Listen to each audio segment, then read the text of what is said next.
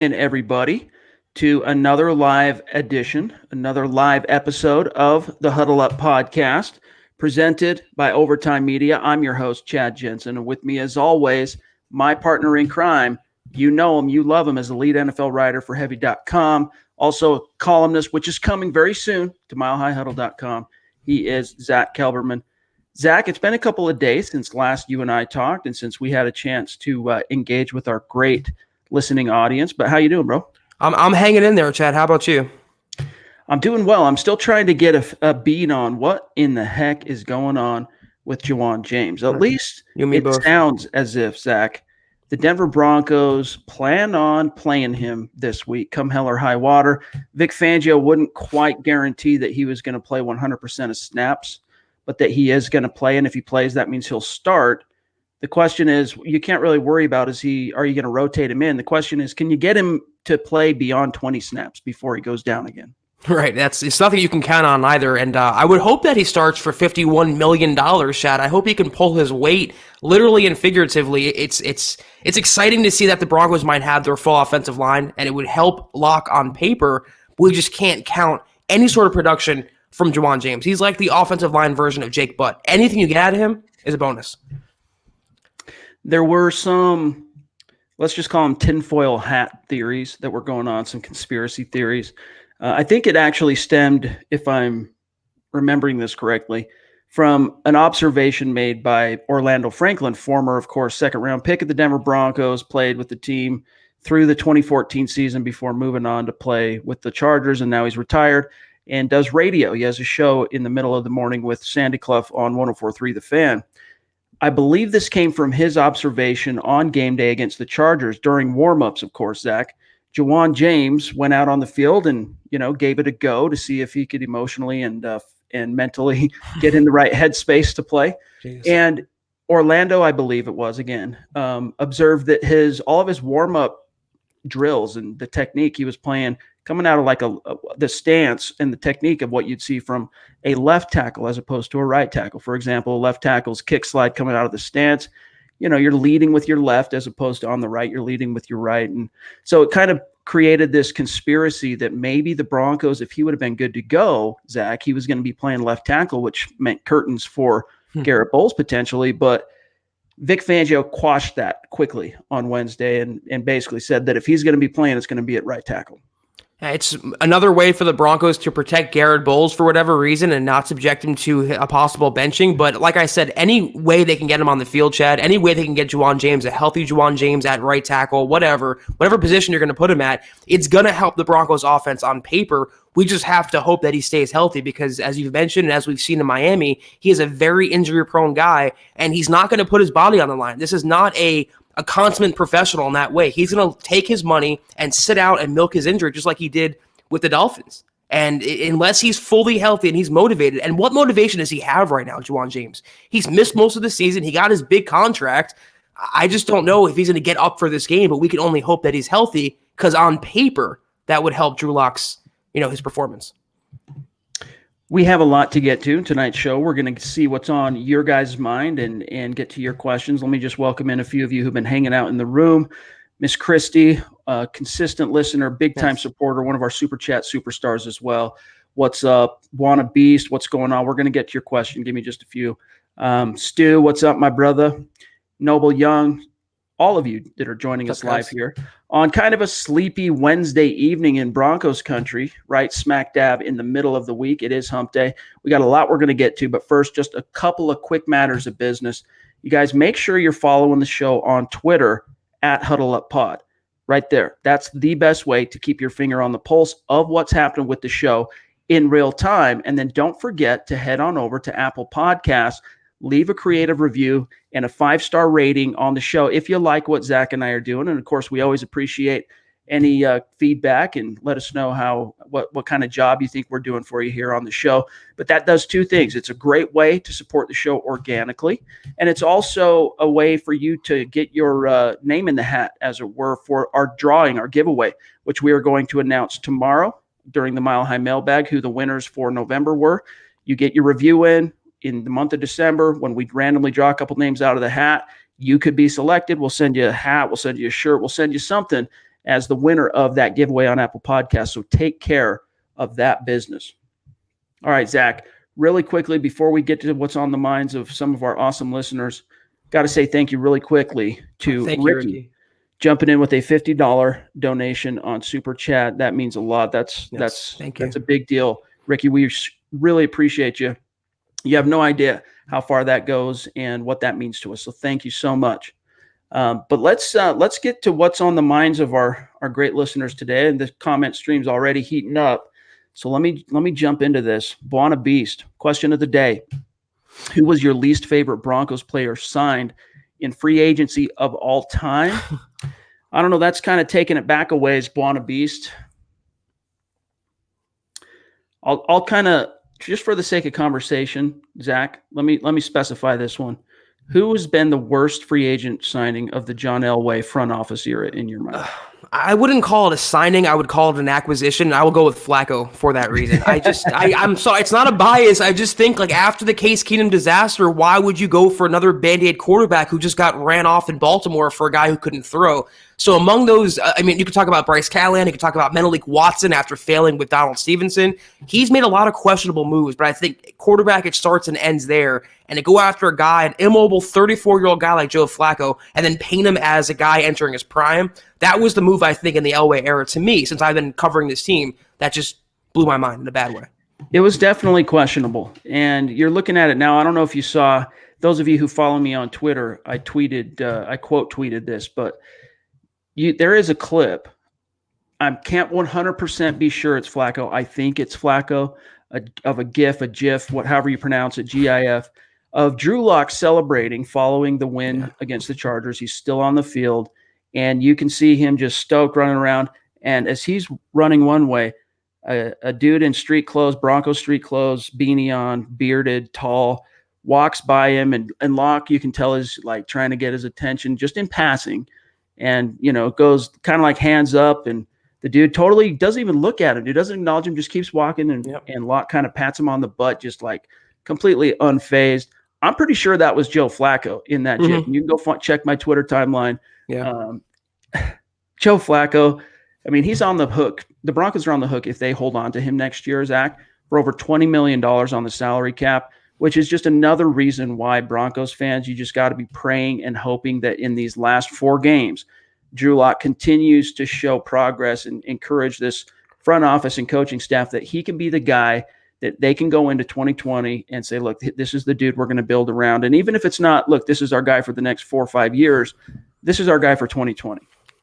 Did you see, though, in that GIF, the way Flacco was just shuffling along? He can't even move normally. He moves like a 54-year-old guy, and I'm not making a personal insult to him or anything. It's just like you see the juxtaposition of a young Broncos quarterback full of life, full of energy, almost like a little kid out there. Then you see this old man just kind of just shuffling through in his bathrobe and just angry and just unhappy. That's the way I equivalate Joe Flacco in this Broncos offense. He has no interest and no passion. Even now, when there's no pressure on him to perform, he's still just unhappy and just apathetic to everything. So yeah, that GIF perfectly summarized what he brings to the team or doesn't bring to the team. But yeah, Juwan James has to be up there in terms of free agency acquisitions. It's still pretty early.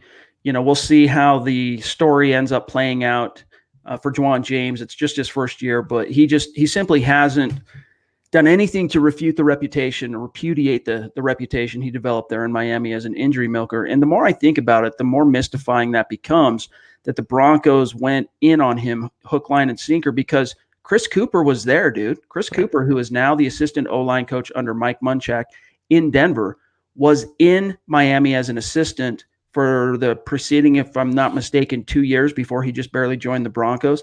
So he got an up-close and personal look at Juwan James. He was there to see how he conducted himself, how he battled or didn't battle through injury. And I would have to believe, Zach, that the Broncos went to him and said, hey, man, any red flags that we need to be aware of or anything? What's your recommendation on Juwan James as a free agent? And if they did, it sounds like Cooper rubber stamped it. Yeah. And you know what, though? The Broncos kind of backed themselves into a corner. This is the result of not drafting offensive linemen, not developing any offensive linemen, and they were just so beat down from having the Stevensons and the Menelik Watsons and the Schofields out there They had to overpay for a guy in Juwan James. He's a younger guy. He has a very high ceiling when he's on the field, but the Broncos, as I wrote at the time, they overpaid for his potential. And what you do with that is you leave yourself open to spending a lot of money on something you're never going to get a return on your investment. And that's exactly what happened with Juwan James. They paid him $51 million, the richest contract for a right tackle at the time in NFL history. That just shows you how desperate the Broncos were to fix that offensive line. And when you make desperate moves, these are the type of things that can backfire. That's right. Here's an interesting comment from Jordan, which actually brings up something that Philip Lindsay spoke to today when he was at the podium. Jordan says, it seems like all of our number 2 receivers show flashes of greatness, but none of them can ever maintain it. It's frustrating to watch. Speaking of what we've seen this year from any number 2, like post Emmanuel Sanders trade, Tim Patrick flashed a little bit in his first game back off injured reserve against the Vikings, but he's really disappeared in the last 2 games. He had a drop in the Drew Lock game and just hasn't played well. Deshaun Hamilton takes 2 steps forward and 1 step back, makes 2 tough catches in traffic, takes a couple of shots, and then on the wide open play, on 3rd down no less, he drops it. And so, yeah, you just haven't seen anybody emerge. That's a fair point. And then Philip Lindsay spoke to this also on Wednesday that, we need to see someone else step up to help take attention off of Courtland Sutton in the same way that Courtland Sutton last year, and then, of course, early on this year, was taking attention off of Emmanuel Sanders. Yeah, I was going to say, is this question, relegated to this year only? Because the Broncos had a great 1-2 punch in Sanders and Demaryius Thomas. And even last year, they had Sutton, they had Sanders, and they had Deshaun Hamilton coming on. So in terms of this year, yeah, they really haven't had a consistent number 2, especially after the Sanders trade. But then you have to look at the offense, Chad. 3 different starting quarterbacks, different personnel combinations, inexperienced coaching, lackluster coaching in certain spots. It's tough to get a bunch of role players involved. You only have enough pie to go around pretty much for Philip Lindsay and Courtland Sutton. Anyone after that, it's really slim pickings there. So I can understand why in this transition year, there's no number 2 guy. We could only hope, though, that Deshaun Hamilton, at least specifically for him, kind of justifies his draft value, because I don't know what happened, Chad. He took a major step back this season. Yeah, because when he was, especially that final quarter of last season with Case Keenum, Emmanuel Sanders was on injured reserve, and it was he and Sutton, and Patrick contributed as well, but Hamilton in particular, in that final 4 games, I would argue, was really the most productive wide receiver the Broncos had a couple of touchdowns and did really well, and he just hasn't been able to get up to speed this year. It will be interesting to see what type of progress Juwan Winfree makes next season. Yes. The Broncos will give him a bigger seat at the table. It'll be his second year. He'll have settled in. They'll trust him a little bit more. It'll be interesting to see if he can emerge. But, yeah, I mean, another, as you spoke to there, Zach, just the way this offense is designed, there's only so many targets to go around, but at the same time, you need some consistency and stability at the quarterback position and everything that means, not the least of which is quarterbacks need to be able to form chemistry, not just with the number 1 receiver, but with the other receivers, give an opportunity for connections to emerge and big plays to happen. James jumping in, he says, I'm sorry I don't have a donation. Xmas for my kids. You don't have to worry about that. It's all good, James. We don't expect that from you. But can you give your input on why the Broncos stick with horrible players such as Michael Schofield and now Garett Bolles? It makes Elway look incompetent. I think the one thing, Zach, that fans need to keep in mind as it relates, especially premium round draft picks, there's a few factors that go into why teams just continue to stand by them, not the least of which is pride, all right? Front offices and GMs, they don't like getting egg on their face. They don't like so evidently and obviously being proven wrong by the play of a failed draft pick, especially a premium round pick on the field. But also, let's just look at in the case of Garett Bolles. This was not only a first-round pick, but this was a guy who clearly showed at the Combine. The reason he rocketed up draft boards was he had a phenomenal athletic testing at the Combine. And you can see this guy has all kinds of talent. He really does. Right. He's got, you could say, $1 million talent, but he's got a nickel head. And the Broncos have, they're trying to see through the mental snafus and the lapses on that side of things because of how much talent this kid possesses. And when he puts it all together, like against the Chargers, for example, he's a very good left tackle. The problem is the consistency factor.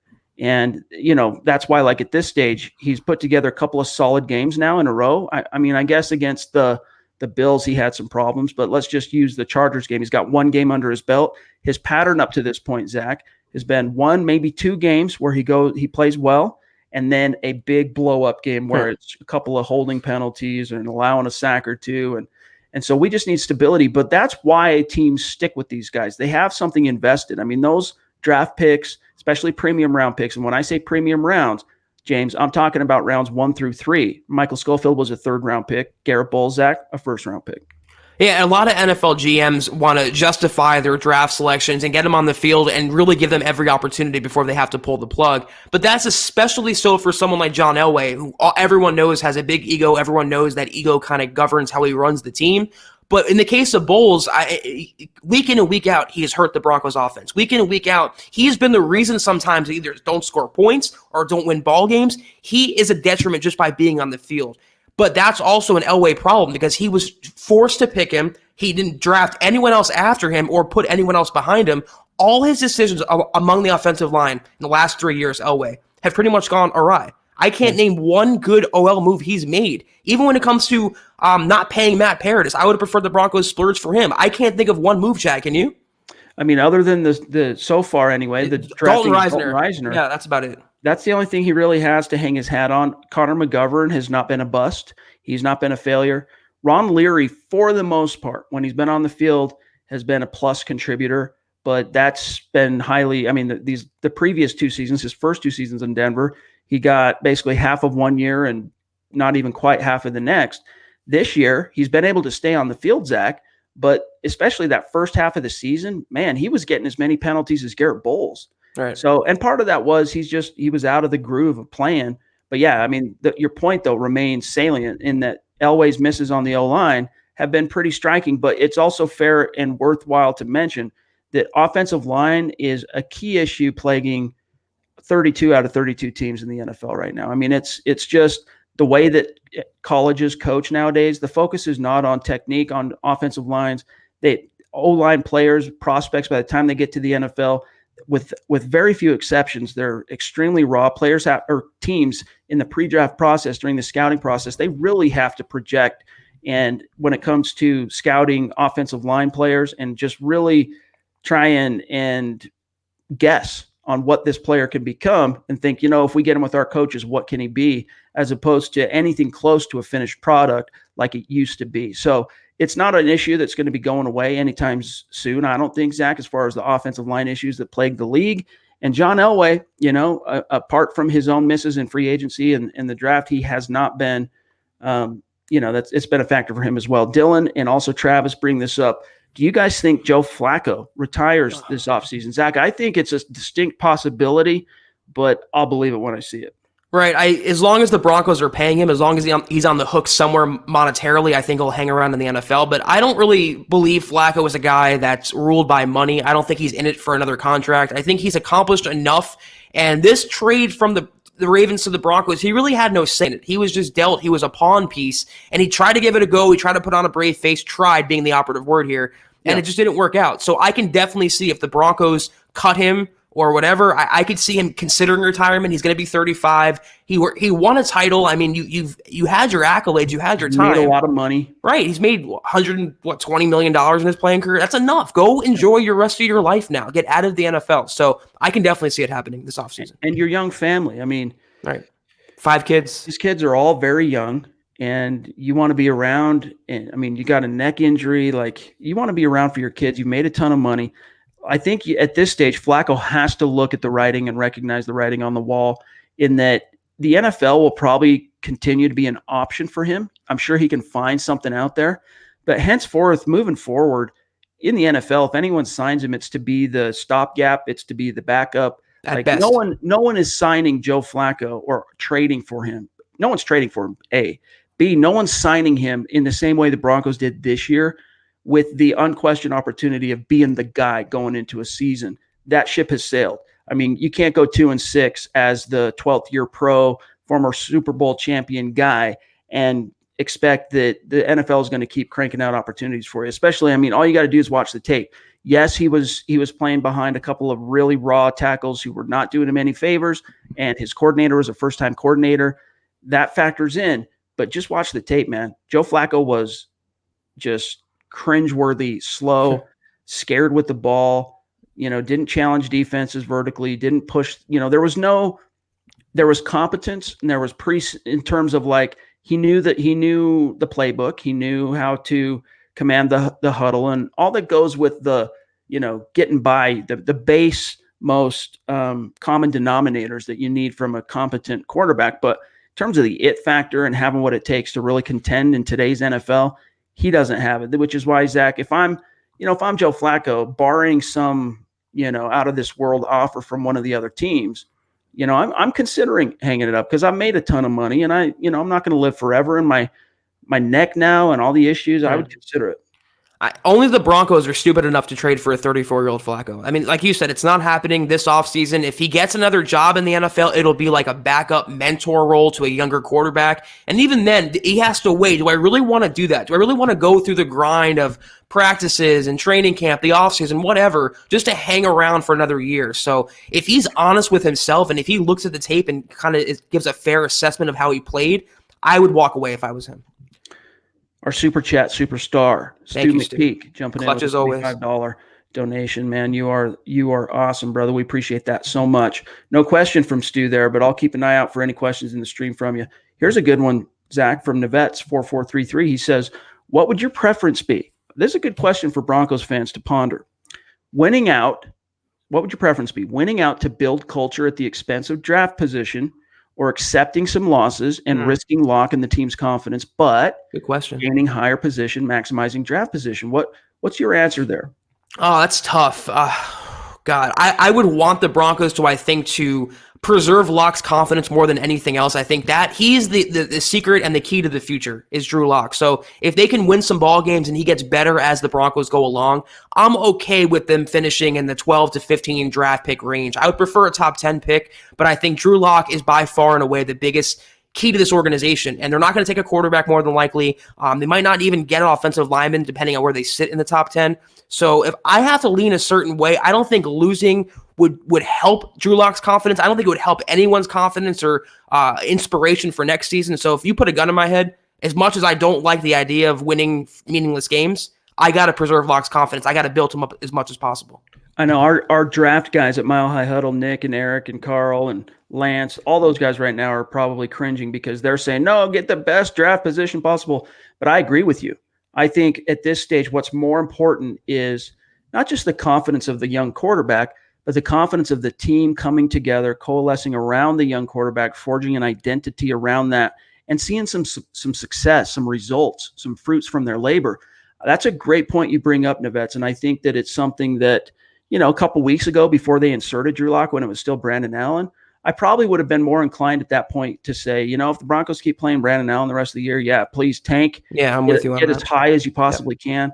But there's some value to, if the Broncos defy the odds and come anywhere close at this stage to 500, I mean, this town is going to be buzzing about Drew Lock and what the future could hold.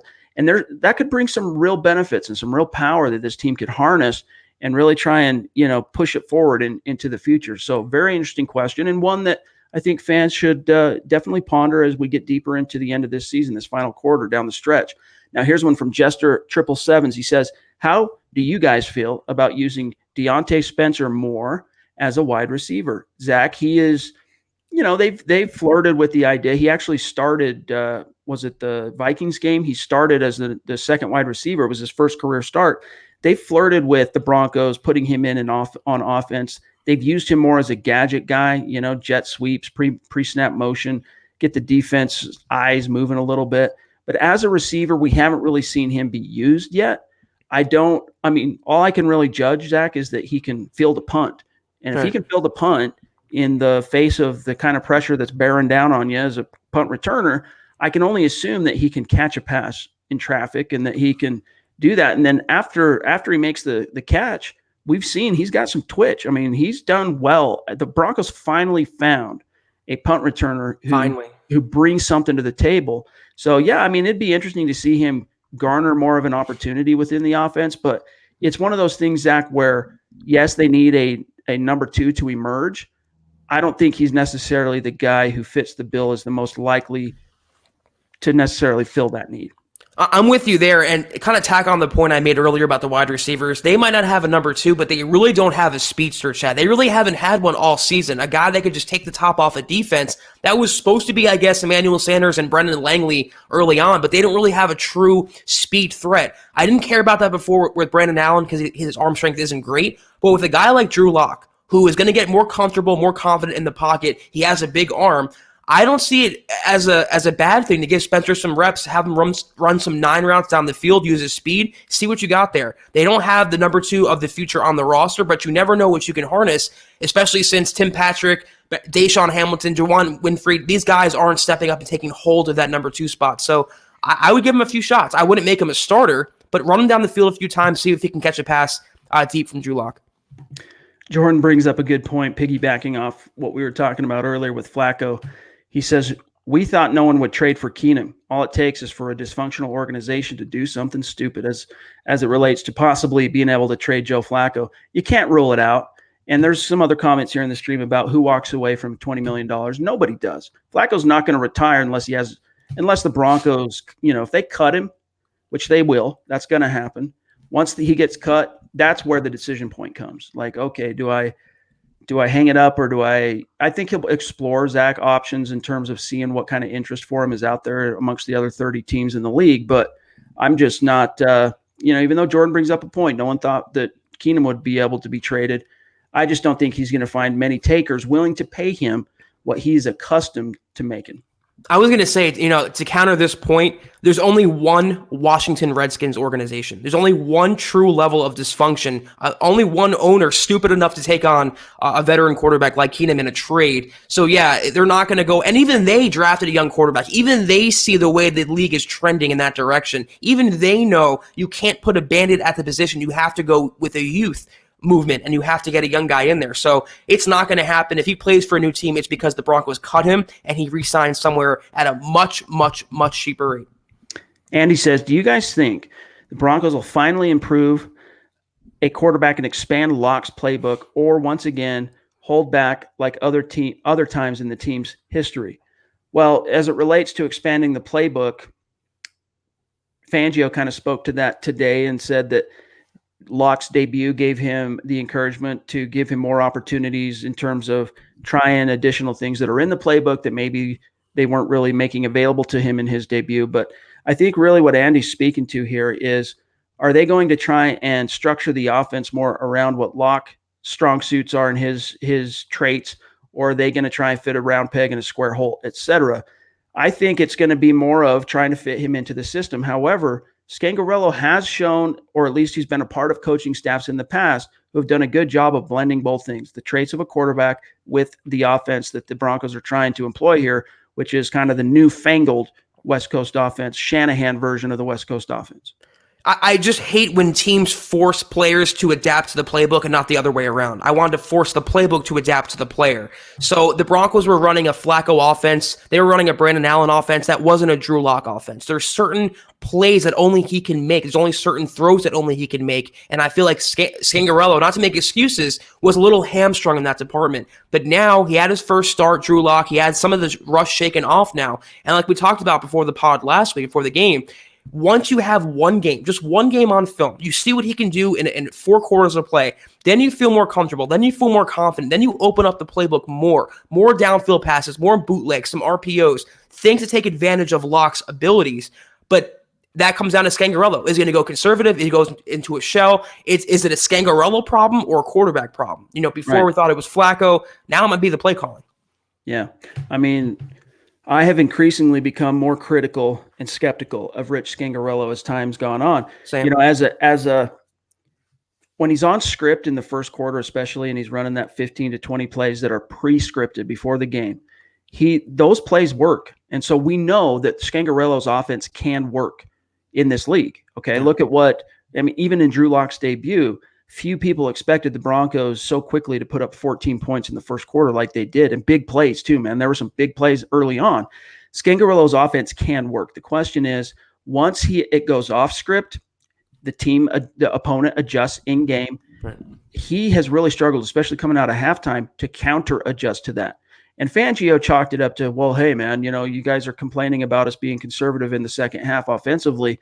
If we convert that 3rd and 1, or if we convert the 3rd and 2 that we didn't, you're singing a different tune. And while that's true, it doesn't really address the real issue, which is why aren't you converting those? I mean, the Broncos right now, you guys, they are ranked 30th in the league on 3rd down. And that actually corresponds as well, Zach, to their points. They're ranked 30th in the league in points right now, scoring. They're averaging 16.5 points per game under Scangarelo. And it hasn't been exactly, a breeze. He's had 3 different starting quarterbacks, and that's going to be hard on any offensive coordinator. But the trend is he does well on the scripted aspect. The offense does well, produces yards and points.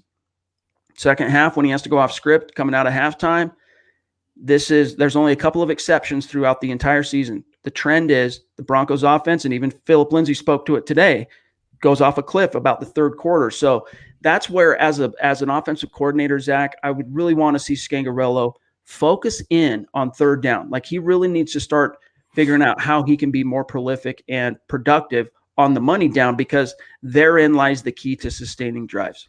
It comes down to play selection also. I mean, how many times have we seen a Lindsay run outside or inside, or a Freeman run outside? It's just in terms of knowing what your personnel does best. And I think, like I said, after have so many quarterbacks, Flacco wasn't the ideal guy for him. Brandon Allen wasn't the ideal guy. He finally got his guy in there in Drew Lock. But yeah, it comes down to 3rd downs. It's how you win in the NFL. And to me, it's play selection. It's not going conservative, not playing scared, not playing not to lose. You have to play for the kill shot always. You have to play aggressive always. I would rather the Broncos lose a game or create a turnover, throw an interception by taking chances down the field, by being aggressive. No one likes a horizontal offense. No one likes east and west. I want to see north-south. I want to see some aggression.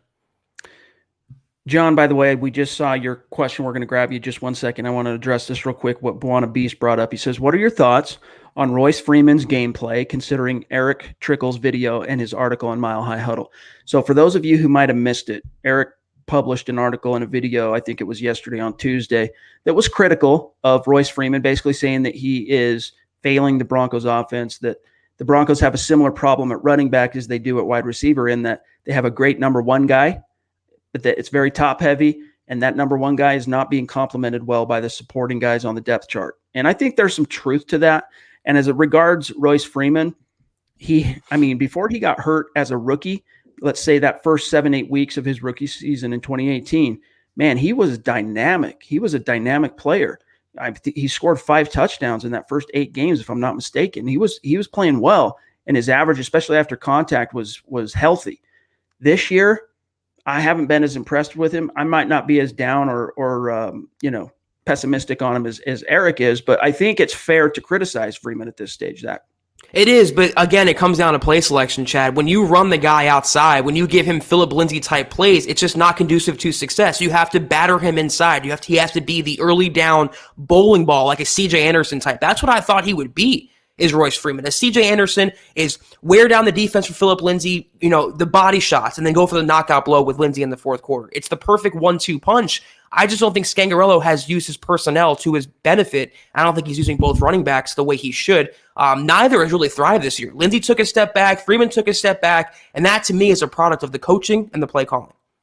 For what it's worth, though, Philip Lindsay there's a good chance he goes over 1,000 this week against the Houston Texans. So if those big uglies up front can open up some lanes for him, he's in the 900s right now rushing on the season. So there's a chance for him to get through and back-to-back seasons of 1,000 yards. Now, John here says he jumps in with a $5 donation. Thank you, my John. brother. We really appreciate it. He says, do you think Garett Bolles will be successful at guard with how aggressive he is, and we can take a tackle in the draft, or is he a lost cause? Zach, and by the way, we got time for 1 or 2 more, then we got to get out of here for this evening. I don't think Garett Bolles is a lost cause per se. I think at this stage, barring him, basically in less than these last 4 games, or I should say these ensuing 4 games, the final 4 games of this year, unless he plays in those games like he did against the Chargers in Week 13, the Broncos simply don't have – they have to find another option to start at left tackle. That doesn't mean you give up on Bolles. It just means he's your swing guy for 1 more year, and then maybe you consider bringing him back on another deal, see if he continues to grow and mature. I don't think he's a lost cause. I'm amenable to the idea of playing him inside at guard. I don't necessarily think he would be any better or less. His issues are lapses in discipline as it relates to his technique. And that's not going to change outside or inside, in my opinion. In fact, it could increase it inside. I don't know. But he's not a lost cause. You just can't you can't plan your offense and the well-being of your young quarterback around right now Garett Bolles as far as projecting into the future, being the blindside protector. I'm with you. He's not a lost cause, but I do think he's a lost cause as a Broncos starter. I think he's a lost cause as the Broncos starting left tackle. He's just proven that for 3 years in a row now. He's not the guy. He's getting worse with the best OL coach in the business at his disposal, and he's getting worse, committing penalties and holding and just killing the Broncos offense. It's not always a foolproof solution to just move a guy to guard or move him inside or outside. He, like you said, Chad, his problems go well beyond the position he plays. He has attitude issues, mental issues in terms of playing the game, technique issues. Those are things that can't be corrected if he just moves inside. I think it would benefit him a little bit because he doesn't have to open his stance so much. He doesn't have to be on an island one-on-one versus good pass rushers. But I just think he's a lost cause as a Broncos starter. He's proven that. It's not just an opinion. I think it's fact. A good catch here by our friend Eric, who I mentioned that Lindsey going over 1,000 this week. He's right. I misread it from Sutton and Lindsey. Lindsey's sitting, as you guys can see here, Lindsey's sitting, hopefully you can read that. He's sitting at 766 rush yards on the season. Royce Freeman jumping in at 436. And then in the receiving department, Cortland Sutton's got 906. And the next closest receiver, 379, and that's your young tight end, Noah Fant. So my mistake there. And I actually thought that just as I was saying, I'm like, wait a minute, are you sure on that? That's a good lesson for me.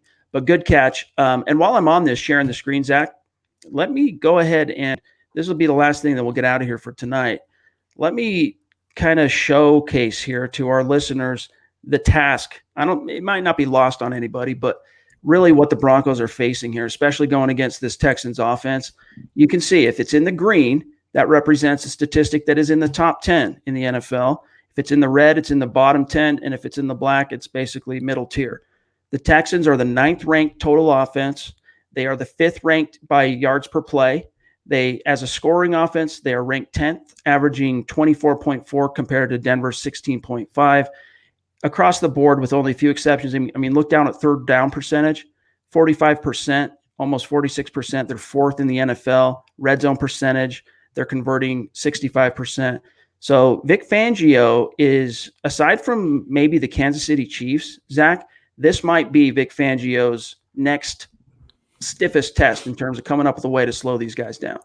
This game is not going to be easy for the Broncos to win. I mean, it's not playing Phillip Rivers at age whatever, breaking down, obviously. Deshaun Watson is just not even entering his prime yet. He's a quarterback the Broncos traditionally struggle with in that he's a dual threat guy. He can run, he can pass. A lot of speed on that offense. I can easily see Hopkins or Will Fuller just toasting Chris Harris Jr. in coverage. This is not going to be an easy game for the Broncos to win. But if Fangio can keep it close, if he can limit that offense, if he can create some turnovers, get some sacks, that will be, to me, a job well done. Jason Cole jumping in with a $3 donation on Super Chat. Appreciate you, my friend. Jason. Goes a long way. Jordan here, and then we got to get out of here for tonight, you guys. He says, is Juwan Winfree not seeing the field? Does he not have enough speed or something else? In the preseason, it looked as though we found a gem. Is this the Broncos, again, not realizing what they have? Zach, more than anything, because he is on the 53. He's not on the practice squad. Juwan Winfree is a healthy scratch week in, week out. I think this is more than anything the case of a good example, anyway, of NFL coaches.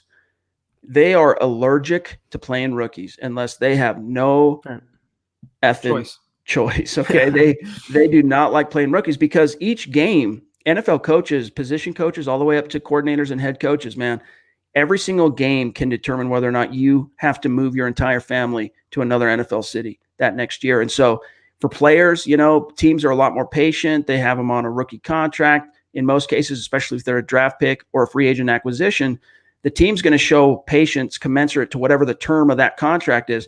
With coaches, man, they are judged much more in the moment, and they don't have as much time from a body of work perspective to ply their wares. And so it goes without saying, because of that, they just don't like playing rookies. And even though the Broncos, they don't have a number 2 that has, stormed onto the scene, the coaches, and it's led by wide receivers coach Zach Azzani, they're very comfortable and confident in Tim Patrick and Deshaun Hamilton in at least knowing the offense and maybe not going out there and screwing anything up, even though you see Deshaun Hamilton drop one, you even see Tim Patrick drop one, which it wasn't a perfect pass, the Tim Patrick drop from Drew Lock, but he did drop it. And so I think that's a big part of it. Juwan Winfree, barring injury up the chain, up the depth chart, he's just going to be a 2020 type of case. I mean, even though the Broncos traded up for him in the draft, he was always a project type player. He was always almost in the same boat as a Noah Fant, a guy for 2020 and beyond.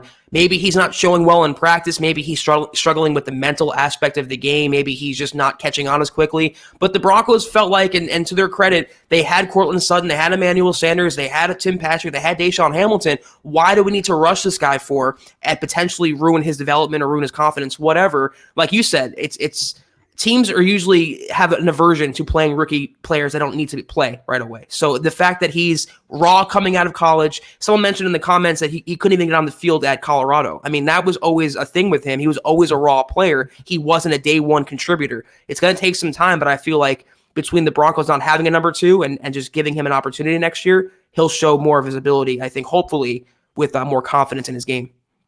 Jason Cole jumping in with a $2 donation on Super Chat. He says, Drew Lock needs more toys, CD 2020, and it might shake out that way. Like I said, I mean, I wouldn't be opposed to the Broncos taking CD. I wouldn't be opposed to Chenault from Colorado, or I wouldn't be opposed to them taking a wide receiver, depending on where it's at. You know, if they end up drafting somewhere between where they are now, which is 11 to 15, 16, 17, I don't know, depending on where they're at, what if they can get one of the elite wide receivers in this class, I mean, it's one of the team's needs. They do need an option to help take pressure off of Courtland Sutton. I'm not opposed to that, Zach. I wouldn't hate it, but I wouldn't love it either. It's a luxury pick for the Broncos to make, considering it just took a tight end in the first round this past year. So they really have to think long and hard about their priorities in the offseason. To me, a wide receiver, as good as this class can be, does not trump a tackle, potentially a franchise left tackle. They have to go for that position first. You can even argue they should take a cornerback before they should take another wide receiver. So it's a luxury pick. If they want to go all in on Drew Lock, I would build up his weapons and his supporting cast, but they have other fish to fry at other spots, and they would do him a big, big favor by getting him a guy that's not Garett Bolles on his blind side. All right, last one, and it's a makeup question here from one of our Super Chat donors, I should say, from the last pod, MJA2873. We somehow missed you on the stream going up and down in the moment. Apologize for that. We're going to grab your question right now. I can't show it to you guys, but it says MJA2873 question. Do you think the Broncos should go after head coach Jim Harbaugh from Michigan if he gets fired? Zach, is there any reason? I mean, even if the Broncos lose the remaining 4 games, which I doubt, I think they're probably going to go 2-2 in these remaining 4 games. But even if they did, do you see the Broncos firing Vic Fangio for a guy like Jim Harbaugh?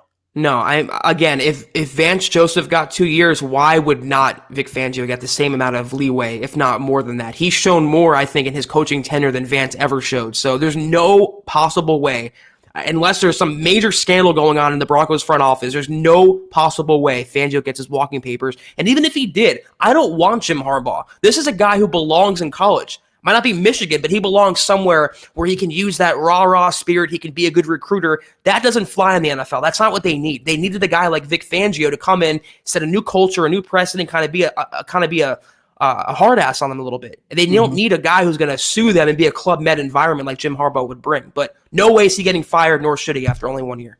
By the way, one last thing I want to impart on our listeners before we get out of here. I thought this was really cool from Drew Lock's presser today.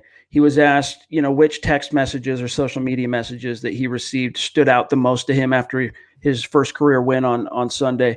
Here's what he said, quote, I would say probably Archie Manning saying, quote, you can't win them all if you don't win your first. That gave me a good giggle and gave me a good laugh. He's so right. You can't win them all if you don't win your first. It was pretty cool to get a text from him and Peyton as well. Yeah. Being able to hear from those guys meant a lot, which it's really cool and encouraging to hear the Manning family closing ranks around a young Drew Lock, who they know because not only the fact that he's the starter in Denver now, but he attended one of their passing camps back in the day. So really cool to see them supporting the guy that the team at least hopes is the future of the position. Yeah, it's easily obvious that Drew Lock is the most exciting quarterback to be in Denver since Manning hung up his cleats. And to get that recognition from the Manning family, it doesn't mean a whole lot in the grand scheme of things, but it just gives more positive publicity to the Broncos at a position where they've had so little of it the last couple of years. All these outside analysts and media guys are all complimenting the Broncos for how Drew Lock played, and they're thinking that they have a nice young quarterback on their hands. So it's just a nice little thing to hear. And like you said, it's a great quote that he shared with the public. All right, you guys, thank you for joining us tonight. Again, kind of a sleepy hump day in Broncos country, right in the middle of the week on this live episode of the Huddle Up podcast. As always, a great conversation. Thanks to you guys joining us and giving us the questions. And you allow your football priest to help you exercise the demons. And we love doing it. It's so much fun. We look forward to these podcasts each and every day. But you guys, that's got to do it for today. Make sure you're following the show on Twitter at Huddle Up Pod. That's the best way to stay in touch. Keep your finger on the pulse of what's happening with the show in real time. And then don't forget to find my partner, Zack Kelberman, on Twitter at Kelberman NFL, myself at Chad and Jensen. And stay tuned because we will be back in the saddle same time tomorrow night, 6 p.m. Mountain, 8 p.m. Eastern for the last Huddle Up podcast of this week, the Mile High Mailbag. So have your questions ready. Tomorrow, we're going to hear from Rich Scangarelo, his weekly presser. I'm going to be paying close attention to what he says in that one because, you know, he's really starting to feel the pressure. I mean, internally, externally, the questions are mounting surrounding Rich Scangarelo. And if he doesn't start showing some wherewithal to turn the ship around, especially with a young Drew Lock now in the mix playing, you know, you just don't know which way it could end for him after this season. John Elway has proven as a GM and a front office czar, Zach, that he is not opposed to firing a coordinator even after less than a year. I mean, he fired Mike McCoy after half a season. That's right. And he only gave Bill Musgrave one full season as offensive coordinator. So, you know, I hope he turns it around. If the Broncos could get to 30 points one time this year, I think that would probably be enough to completely save his job. Yeah, and Elway knows that he's pretty much leaving Locke's development in Scangarelo's hands, and he doesn't want that to be muddied up. He knows the egg on his face exists in the last couple of years. He does not want any external force like Scangarelo or any other coach to mess with Drew Lock. So I'm interested to see what he says, but also the mailbag, Chad, our favorite pod of the week. Looking forward to it. Absolutely. Big thanks to John, to everyone who contributed, our super chat donors, each one of you guys. I'm trying to go back up through the stream and it won't let me, so I can't name each and every one of you until after the fact, but we will thank you individually on Twitter. You guys, we really appreciate you. And all of our questions and all of you who joined us here live, we appreciate you. We'll talk to you again, same time tomorrow, 6 p.m. Mountain, 8 p.m. Eastern. For Zack Kelberman, I'm Chad Jensen. We'll talk to you then.